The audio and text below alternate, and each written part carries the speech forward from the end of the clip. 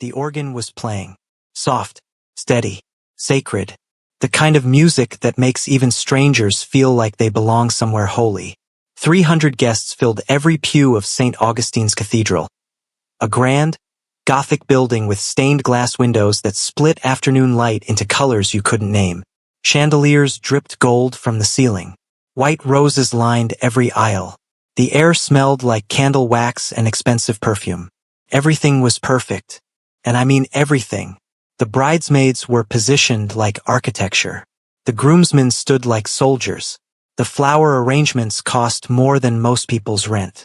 And at the altar, in a custom ivory gown that probably took 6 months to make, stood Ji-Yeon Park, 28 years old, only daughter of Park Sung-jin, one of the most powerful real estate investors on the eastern seaboard. Beautiful, composed, utterly certain that today was the best day of her life. And beside her, in a perfectly fitted black tuxedo, shoulders squared, jaw set, stood Marcus Cho, 34, ambitious, charming in the specific way that dangerous men always are.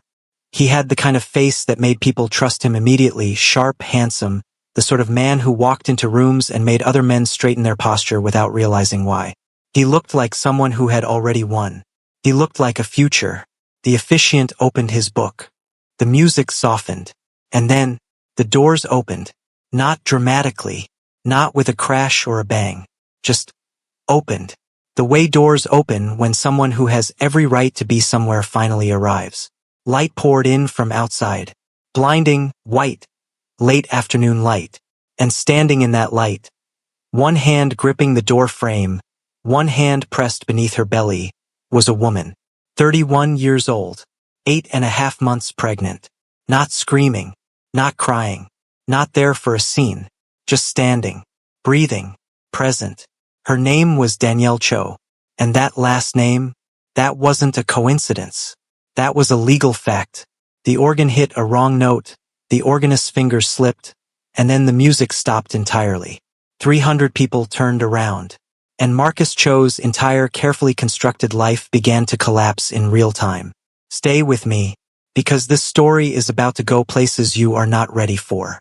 But before we go any further, I have to take just a moment, because some of you have been here from the very beginning. You show up every single time. You engage, you share, you leave your thoughts in the comments. And I want you to know that does not go unnoticed. Not even a little. This channel exists because of the people who keep coming back. And I see you. Every view, every comment, every time you hit play. That is what keeps these stories being told the way they deserve to be told. So right now, wherever you are watching this from, drop it in the comments. Tell me your city, your country, your corner of the world. I genuinely want to know where this story is landing tonight. And if you are new here, welcome. You picked a good one to start with. Make sure you subscribe so you never miss what comes next, because we are committed to getting better with every single story we bring you. That is not a promise we take lightly. Now, let's go back to that cathedral, because what happened after those doors opened? Nobody in that building was ready for it. You need to understand something before we go further. Danielle was not a side piece. She was not a situationship. She was not a secret girlfriend. She was not some woman with unrealistic attachments to a man who never committed. She was his wife, legally, officially, on paper, before God, before family, before the state of Georgia. And to understand why she was standing in those cathedral doors 38 weeks pregnant, you need to understand who she was before Marcus Cho ever entered her life. Danielle Renee Carter grew up in Columbus, Georgia. Not wealthy, not poor. Solidly middle class in the way that black Southern families build, through discipline, church, and the understanding that your reputation is your inheritance. Her mother, Miss Evelyn, was a woman who pressed her church clothes the night before every Sunday, who cooked from scratch, who quoted scripture not to seem righteous, but because she actually believed it, who told Danielle from the time she was 12 years old, "Baby, don't play house with a man. If he wants you, he will cover you. Anything short of that is just a rental agreement on your heart." Danielle carried that. She went to Spelman College on an academic scholarship, studied business administration, graduated with honors, Came home and built a quiet, respectable career in healthcare administration. The kind of work where you manage systems, protect people, keep things running without anyone noticing how hard you work. She was not flashy. She was not loud. But there was a steadiness in her that people trusted immediately. She was the kind of woman other women called when something went wrong. She was the kind of woman you wanted beside you during a crisis because she didn't panic. She assessed. She moved. She handled it. She met Marcus at a networking event in Atlanta in 2020. The world was just reopening after the worst of the pandemic, and people were hungry for connection in a way they hadn't been before. Marcus Cho walked in wearing confidence like a second skin. He was sharp. He was funny. He was Korean-American, second generation, born in Los Angeles, raised between two worlds with the particular kind of adaptability that produces either very grounded people or very dangerous ones. Marcus was the second kind. He asked her questions and actually listened to the answers, which, if you know anything about charismatic men, is the most dangerous thing they can do. He didn't perform interest. He made her feel seen. And after a year of pandemic isolation, being truly seen by someone felt like oxygen. He pursued her for 7 months before she let him in. 7 months. She was careful. She was watching. She was asking questions that mattered. Not just what do you do, but who are you when things get hard. He passed every test. Or she thought he did. They married in March of 2022.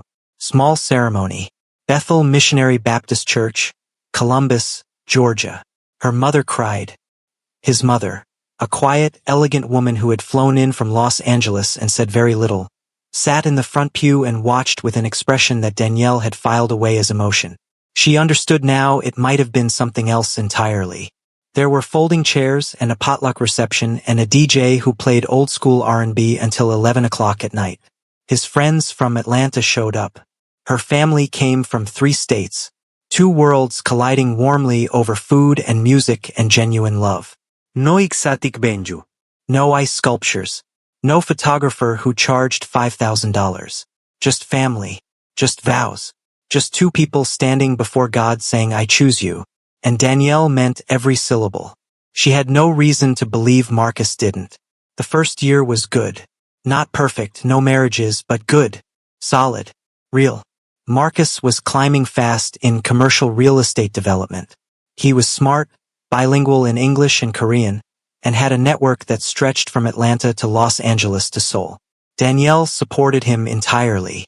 She managed their household finances, helped him review contracts, traveled with him to conferences when she could.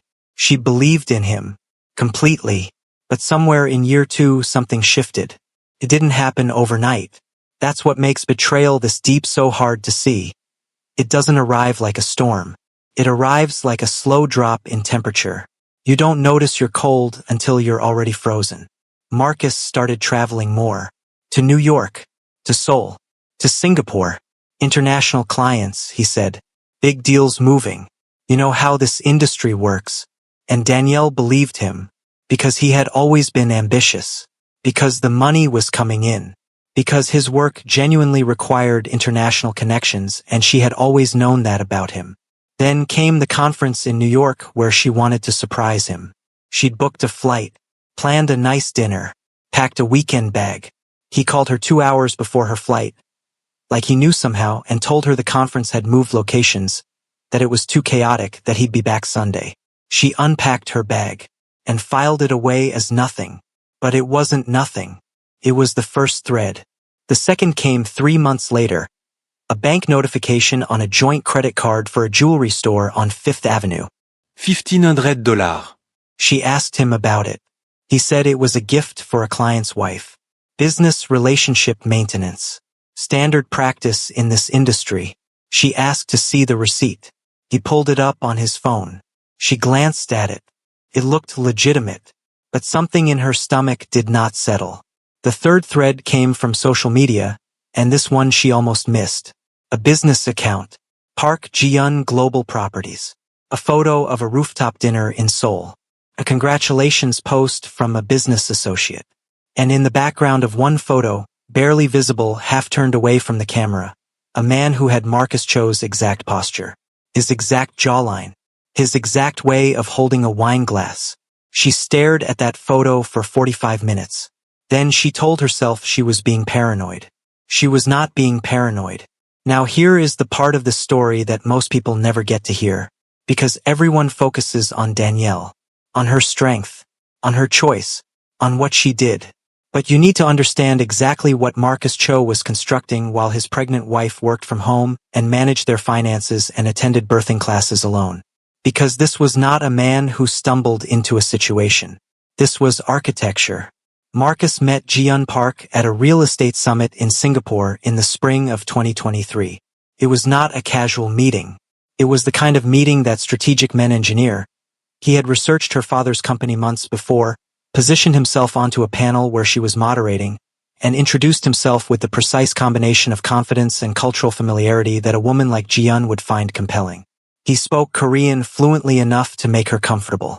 He understood the unspoken codes of her family's world, the weight of legacy, the language of business relationships, the importance of face. He had grown up between cultures and had learned to move through both. In that room in Singapore, he used every bit of that fluency deliberately. He did not mention a wife, not even once. When Ji-Yeon's father asked about his personal life over dinner in Seoul 4 months later, Marcus said he had been previously engaged but that it hadn't worked out, that he was focused on building something before building a family. Park Sung-jin respected that answer. He respected a man who prioritized legacy over sentiment.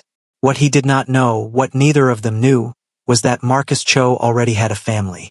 His wife was home in Atlanta, newly pregnant, managing their finances and reviewing his contracts and believing entirely in the future he had promised her.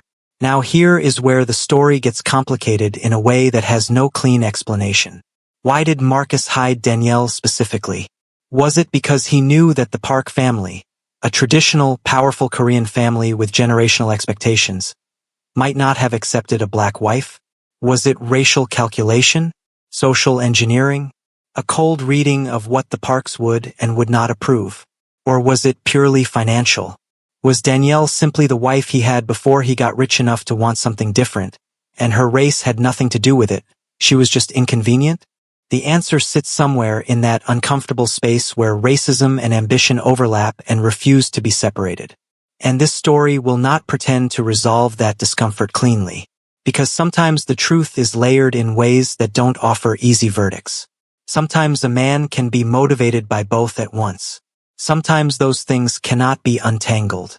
What we know is this: Marcus Cho had a black wife he loved enough to marry and not enough to be honest about. Make of that what you will. What we also know is this: he told his closest friends, the men in his circle, the ones who would eventually stand at that altar, a version of the story designed to give them enough cover to participate. Danielle and I have been separated for over a year. It's basically done. The paperwork is just taking time. That was the lie he told. And here is the thing about that particular lie: it was designed not just to deceive his friends, but to give them permission to look away. Because people don't want to believe their friend is capable of something monstrous. So when you give them a reasonable-sounding explanation, they take it. They want to take it. It requires less of them. 2 of those groomsmen had been at his first wedding, had eaten Danielle's family's food, had danced at that potluck reception. They said nothing. A lie that size is never a solo project. It requires a cast. Came on a Tuesday morning in October. Danielle was 7 months pregnant by then. Working from home, managing a regional network of outpatient clinics, answering emails before 8 a.m. because that's the kind of woman she was. Her phone buzzed. A message from Sister Cynthia, a woman from her mother's church. Older. 70s. The kind of church mother who knew everything about everyone and kept most of it quiet because she understood the weight of information. The message had no words, just a screenshot, a formal wedding announcement, the kind that gets posted in social circles and business networks when powerful families want to signal an alliance. Marcus Cho and Park Ji-Yeon united in marriage November 14th, St. Augustine's Cathedral, Atlanta. Danielle read it 3 times. Then she sat completely still for what she would later describe as the longest 2 minutes of her life. Her first thought was not rage. Her first thought was, he never filed. Because she would have known. She would have been served papers. There would have been a legal process. She would have had to sign something. She would have had to appear somewhere. None of that had happened, which meant one thing. He was about to walk into that church and commit bigamy, a crime in the state of Georgia, in front of 300 people and a licensed officiant who had no idea they were about to participate in a legal fraud. She called Marcus immediately. It rang 4 times and went to voicemail. She called again. Voicemail. She texted Marcus. Call me right now. This is serious. Nothing. She called his mother in Los Angeles. His mother picked up on the second ring. And from the sound of her voice, that careful, practiced neutrality, Danielle understood that his mother knew, had known, and had chosen silence. She hung up, and then she did something that would define everything that followed. She called her lawyer. Her attorney was a woman named Patricia Osei, no-nonsense, precise, the kind of lawyer who spoke in facts the way other people speak in feelings. Patricia pulled the public records within 20 minutes of the call. No divorce filing. No legal separation. No annulment petition. Nothing. Marcus Cho was, as of that moment, a legally married man preparing to enter a fraudulent second marriage. Patricia's exact words. Danielle, what he is doing is a crime in the state of Georgia. Bigamy carries up to 10 years. And if he proceeds with this ceremony and signs that marriage license, that document is void and unenforceable regardless, but the fraud compounds. You have options. You can contact the county clerk. You can alert the officiant. Or you can do nothing and deal with it in divorce proceedings. What you cannot do is pretend this isn't happening. Danielle asked, what about my baby? What about our assets? Patricia said, as his legal wife, you are entitled to everything that designation protects. But if he publicly establishes a second family without legal dissolution of your marriage, those protections get complicated in practice, even when they're clear in law. Men with money and attorneys make things complicated. The call ended. Danielle sat in her kitchen, 7 months pregnant, completely alone, and thought about her mother's voice. Don't play house. If a man marries you, he covers you. He had married her. He had covered her. And then he had quietly, methodically begun to smother her. She called her pastor next. Reverend Dwight Thomas had known Danielle since she was 9 years old. He had performed her parents' vow renewal. He had preached at her grandfather's funeral. He had married her and Marcus in this very church 2 years ago. When she told him what was happening, he was silent for a long time. Then, Danielle, the church has always said that silence in the face of public sin makes the silent party complicit. This is not about drama. This is not about revenge. This is about truth. A man cannot stand before God in a house of worship and speak false vows. And if the people who know the truth say nothing, they become part of the lie. She asked him, what if people think I'm doing this for attention? What if they say I'm embarrassing myself? He said, the woman who protects her child's legitimacy is not embarrassing herself. She is fulfilling her obligation. The embarrassment belongs entirely to the man who created this situation. She asked, what do I do when I get there? He said, you don't have to do anything except exist. Your presence is the truth. Let the truth speak. She asked him to pray with her. He did. And on November 14th at 2:47 in the afternoon, Danielle Cho, 38 weeks pregnant, carrying her marriage certificate in her bag, wearing the only dress that still fit her, got into her car and drove to St. Augustine's Cathedral. Not for drama, for documentation, for her child, for the truth. While Danielle was in the parking lot breathing through contractions, the wedding was minutes from beginning. And inside that cathedral, not everyone was at peace. Marcus's best man, a man named Darnell, who had been his closest friend since their early Atlanta days, who had danced at his first wedding, who had told himself for months that the separated story was probably true, was standing in the vestibule adjusting his cufflinks and feeling something he could not name. He had not slept well the night before. He had dreamed of Danielle's face, her actual face from the wedding 2 years ago, the way she had looked at Marcus when she said her vows. The specific quality of that look, total, unguarded belief. The kind of belief that takes years to build and seconds to destroy. He had woken up at 3 in the morning with that image in his mind and told himself it was just nerves. But Darnell had never actually confirmed the separation story. He had accepted it because Marcus was his friend, and accepting it required less of him than questioning it. Now, standing in the vestibule with his phone in his hand, he did something he should have done months ago. He Googled Danielle Cho. The first result was her LinkedIn. Regional Healthcare Administrator. Atlanta, Georgia. He clicked her profile picture. She was pregnant. Visibly, unmistakably pregnant. A photo posted 3 weeks ago from a work event. 7 months at least.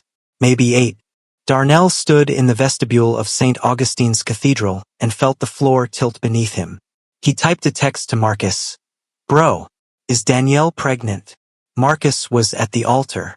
His phone was in the groomsman's pocket. He never saw the message. The ceremony started. And 40 seconds later, the doors opened. The ceremony was scheduled for 3 o'clock. She arrived at 2:52. She sat in her car for 3 minutes in the parking lot, breathing through a contraction that had started 20 minutes earlier. She had been having irregular contractions since morning Braxton Hicks, she told herself. Her body preparing. She checked herself in the rearview mirror. She was not crying. She was resolved. She got out of the car. She walked to those heavy wooden cathedral doors. She pulled one open, and the light from outside, that blinding, white, late afternoon light, poured in around her like something cinematic, like something you couldn't have staged if you tried. 300 people turned around. The organ faltered. The music stopped. And in the silence that followed, that impossible, cathedral-weight silence, Danielle stood in the doorway and breathed. A contraction moved through her. She gripped the doorframe. Her jaw tightened. She breathed through it the way she'd been taught in the classes she'd attended alone because Marcus was always traveling. She did not double over. She did not cry out. She stood. Marcus turned from the altar slowly, like a man who already knew what he was going to see, like a man who had spent weeks telling himself this wouldn't happen and had never truly believed it. Their eyes met across the entire length of that cathedral, and something passed between them that had no words, the full weight of 2 years of real marriage, real vows, real love, meeting the full weight of what he had done to all of it. 300 people held their breath. Marcus Cho, in a voice meant only for her but heard by everyone in the first 4 rows, said, "What are you doing here?" Danielle let the question hang in the air for exactly as long as it deserved. Then she said, "You're still my husband." The gasp that moved through that congregation was not one sound. It was a wave. It started at the front pews and rolled backward through every row until it reached the very last seat. 300 people processing 4 words in real time. "You're still my husband." Ji-Yeon Park stood at the altar with her bouquet still raised, confusion and something darker moving across her face. The expression of a woman beginning to understand that the floor she was standing on was never solid. Her father, Park Sung-jin, in the front left pew, went completely still. The kind of still that powerful men go when they are recalculating everything. An older woman in the 3rd row, gray-haired, church hat, the kind of grandmother who has seen everything, stood up slowly. Not aggressively, just stood. The way women of a certain generation stand when they are about to call something by its right name. "Young man." Her voice carried like she'd been projecting in sanctuaries her whole life. "Is this true?" The officiant closed his book. Marcus said nothing. And a man's silence, in a room full of people waiting for him to speak, is the loudest possible confession. Now here is where something unexpected happened. Darnell stepped forward from the groomsmen line. He walked to the aisle, stopped directly beside Marcus, looked at him with an expression that contained an entire friendship being reevaluated in real time. "Marcus, is she your wife?" Not loudly, but in the cathedral silence, everyone heard it. Marcus finally spoke. "It's complicated," he said. 300 people heard that. And in a room full of people who had just watched a pregnant woman grip a door frame through labor contractions to stand in front of her husband's 2nd wedding ceremony, the phrase "it's complicated" did not land as a defense. It landed as a confession dressed in a euphemism. Darnell stepped back, stepped away from the groomsmen line entirely. walked to the side wall and stood there alone, removed from the performance, unwilling to continue participating in it. Danielle reached into her bag. Her hands were steady, steadier than anyone in that building expected. She produced a folded document, a copy of their marriage certificate, notarized, legal, dated March 19, 2022. She held it up, not threateningly, not triumphantly, just visibly. Here is the truth. In your hands if you want it. Ji-yeon's older sister walked down from the altar and took the document. Her face went through 5 expressions in 4 seconds. Then another contraction hit. Harder, lower, the kind that made Danielle close her eyes and press her back against the door frame. The church mother reached her immediately. Baby, is it time? Danielle exhaled through clenched teeth. I think it might be. And then her water broke. Quietly, without ceremony.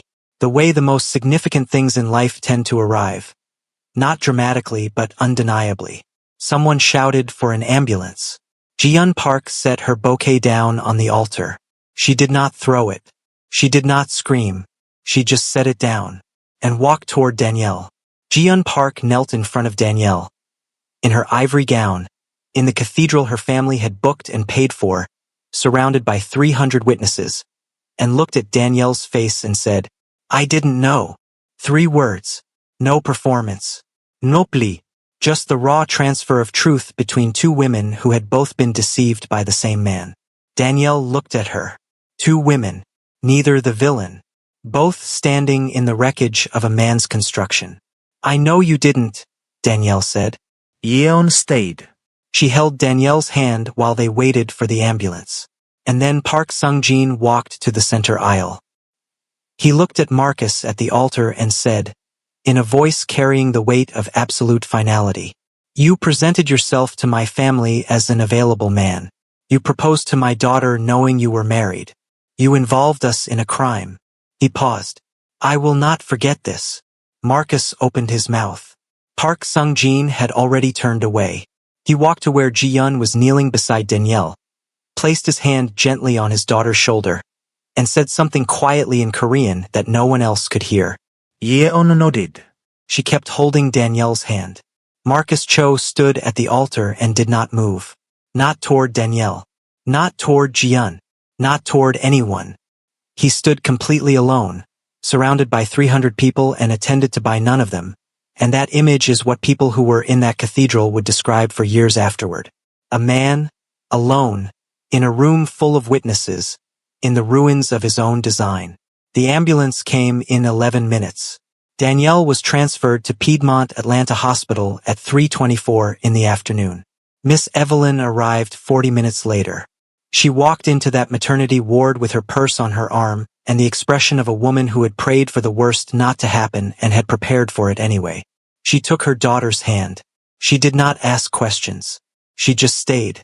And while Danielle was in labor, while her body was doing the most ancient, consuming thing a human body can do, Marcus Cho was sitting in the back of a black SUV outside St. Augustine's Cathedral taking calls from his attorney. Not at the hospital.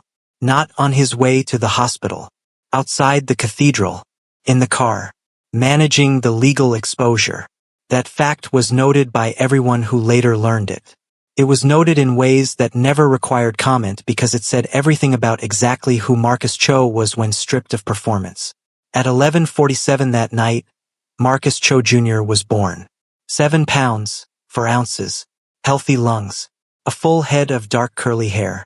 He came into the world on the same day his father's second life ended. Danielle held him against her chest in that quiet delivery room and looked at his face, and she did not think about Marcus. She thought about her mother's voice. Don't play house. If a man marries you, he covers you. She looked at her son. You are covered, she told him. By me. The story most people know ends at the hospital. Baby born. Father exposed. Justice served. But there was a night, 3 days after the delivery, when Danielle was home with her newborn and the adrenaline had fully worn off and the house was very quiet. A night that is essential to understanding who she became. She was alone. Miss Evelyn had gone home to Columbus. The baby was asleep in the bassinet beside her bed. And for the first time since that Tuesday morning in October, Danielle Cho sat in the dark and let herself feel everything she had held back while she was still in motion. The grief, not rage. She would get to that and it would be clean and purposeful, but grief. The specific, devastating grief of realizing that the man you loved had looked at you for years and seen something expendable. She grieved the version of Marcus she had believed in. Not the real one, the one she had loved. Because you can love a lie without knowing it's a lie. And the love was still real even if he wasn't.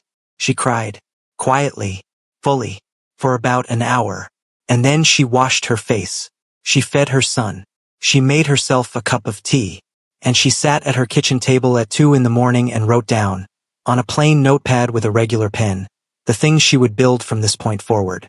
A career that belonged only to her. A home in her name. A son who would grow up knowing his mother was not a woman who could be erased. She wrote it all down. And then she went to sleep. That is where Danielle Cho actually became who she was going to be. Not at the cathedral doors. Not in the delivery room. At a kitchen table at 2 in the morning with a cup of tea and a notepad. Choosing herself in the dark. When nobody was watching. What happened to Marcus Cho in the weeks and months that followed was not dramatic, cinematic destruction. It was consequences. The kind that arrive without fanfare and stay forever. The Fulton County District Attorney's Office opened a bigamy investigation within 72 hours. Marcus hired 3 attorneys who began negotiating immediately. Park Sung-jin withdrew every proposed business agreement within 48 hours. $47 million in projected development deals. Gone.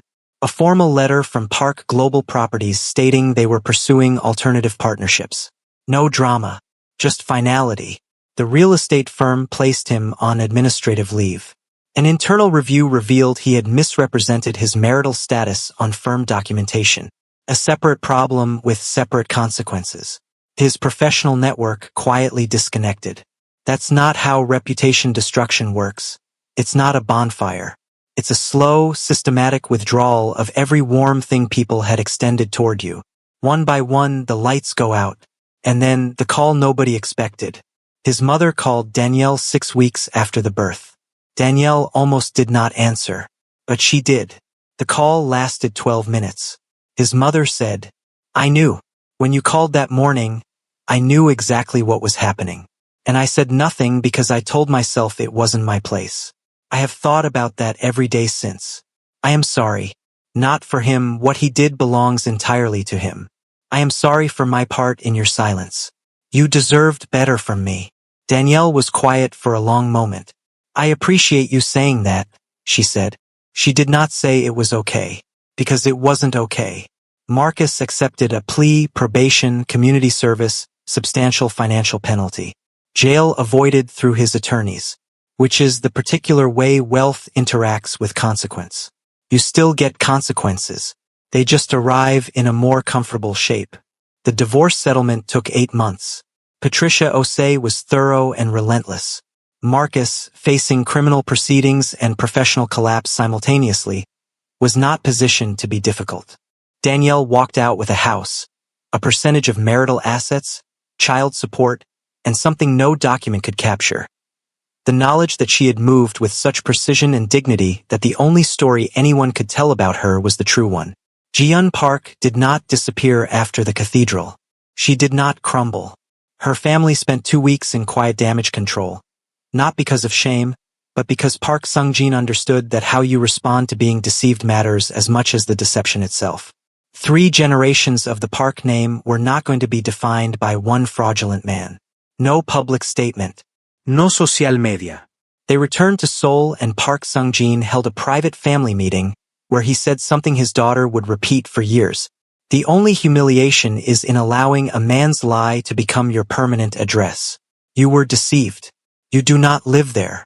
Ji-Yeon returned to work immediately. She expanded Park Global Properties American division with a different partner. She appeared at industry events within 3 months, composed, present, moving forward.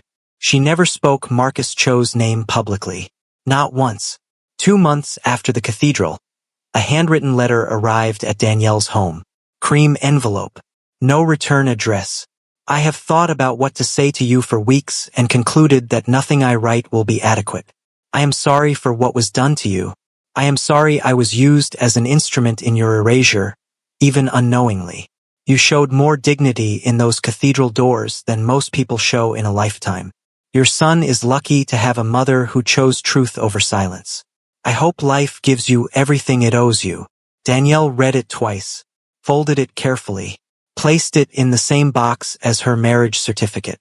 She did not respond, not because she was bitter, but because she had already moved forward, and the letter confirmed what she already understood. Ji-Yeon Park was never her enemy. She was another woman who had trusted the wrong man, and she had the grace to acknowledge it. That is rare, and it deserves to be named as the rare thing it is. This is not a story about destruction. It is a story about what a woman builds after the earthquake. Danielle took 6 months of maternity leave in Columbus, Georgia, in her mother's house. She healed slowly, which is important to say honestly. She did not bounce back. She rebuilt. Bouncing back means returning to who you were before. Danielle did not want to return to who she was before. That woman had trusted without documentation, swallowed instincts out of loyalty, shrunk herself slightly to fit the shape of someone else's ambition. She returned to Atlanta in the spring, negotiated a promotion to regional director, found a home, 2 bedrooms, a yard with a magnolia tree, close to a good school district because her son was 7 months old and she was already thinking about kindergarten. She started a small financial education group at her church. 3rd Saturday of every month. Documentation, asset protection, what your rights are when a marriage falls apart, what you need to know before you need to know it. By the following year, 30 women were showing up regularly. She did not call herself an advocate.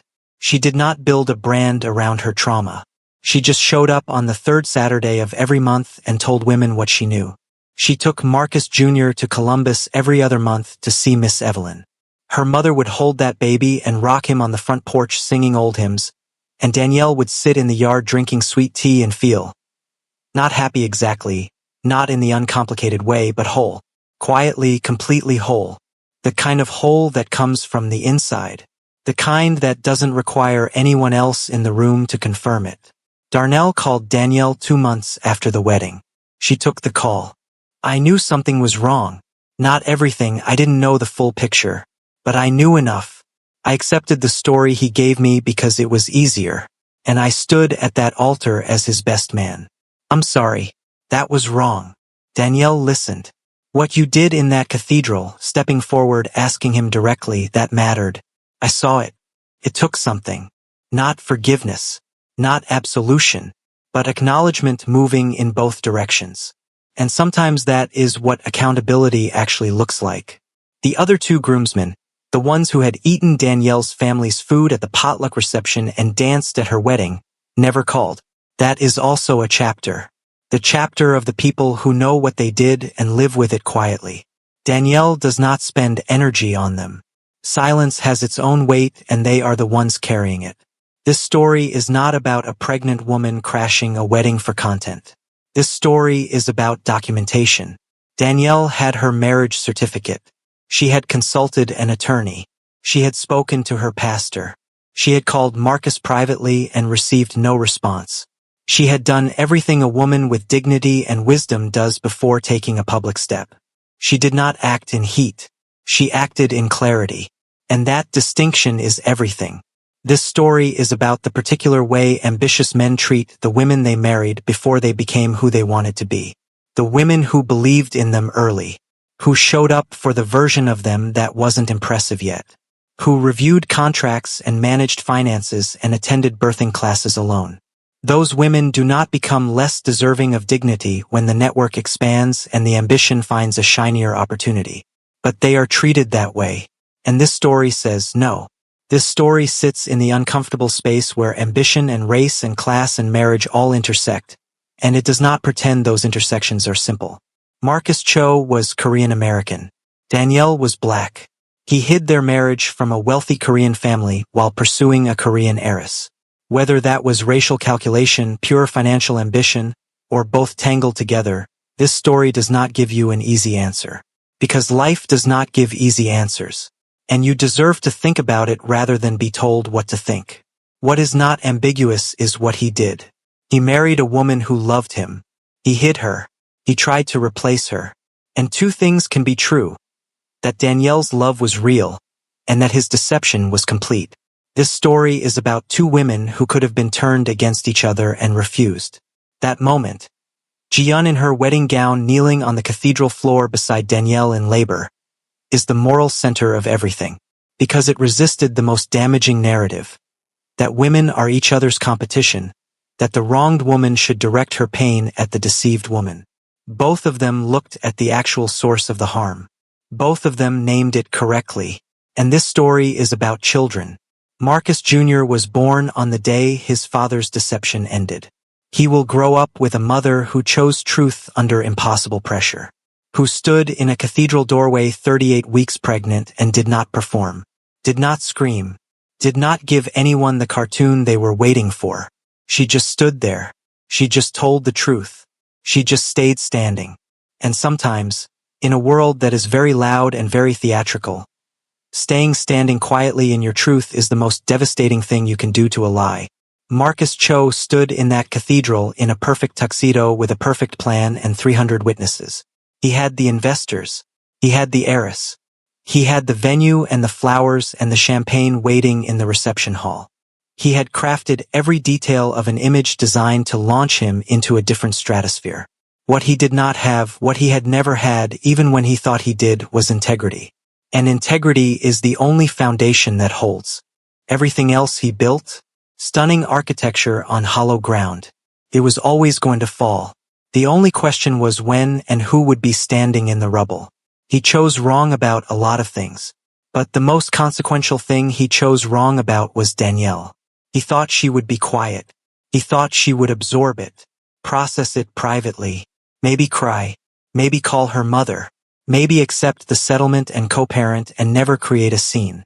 He had watched her steadiness for 3 years and mistaken it for passivity.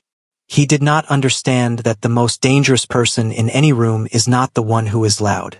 It is the one who is patient, documented, clear about what is right, and completely unafraid of the moment the truth becomes visible. Danielle walked into those cathedral doors carrying 38 weeks of life and 3 years of truth and the quiet, devastating certainty of a woman who knows exactly who she is. He thought that wedding would elevate him. Instead, it exposed him. And Danielle Cho walked out of that cathedral. Not immediately, not on her feet, but eventually, after the ambulance and the delivery room and the long night and the kitchen table at 2 a.m. and the 6 months in Columbus and the return to Atlanta and the new house with the magnolia tree. She walked out of all of it. With her son. With her name. With the notepad from that dark night still in her drawer. Every item on it being built. One steady day at a time. With everything she carried through those doors still intact. And then some.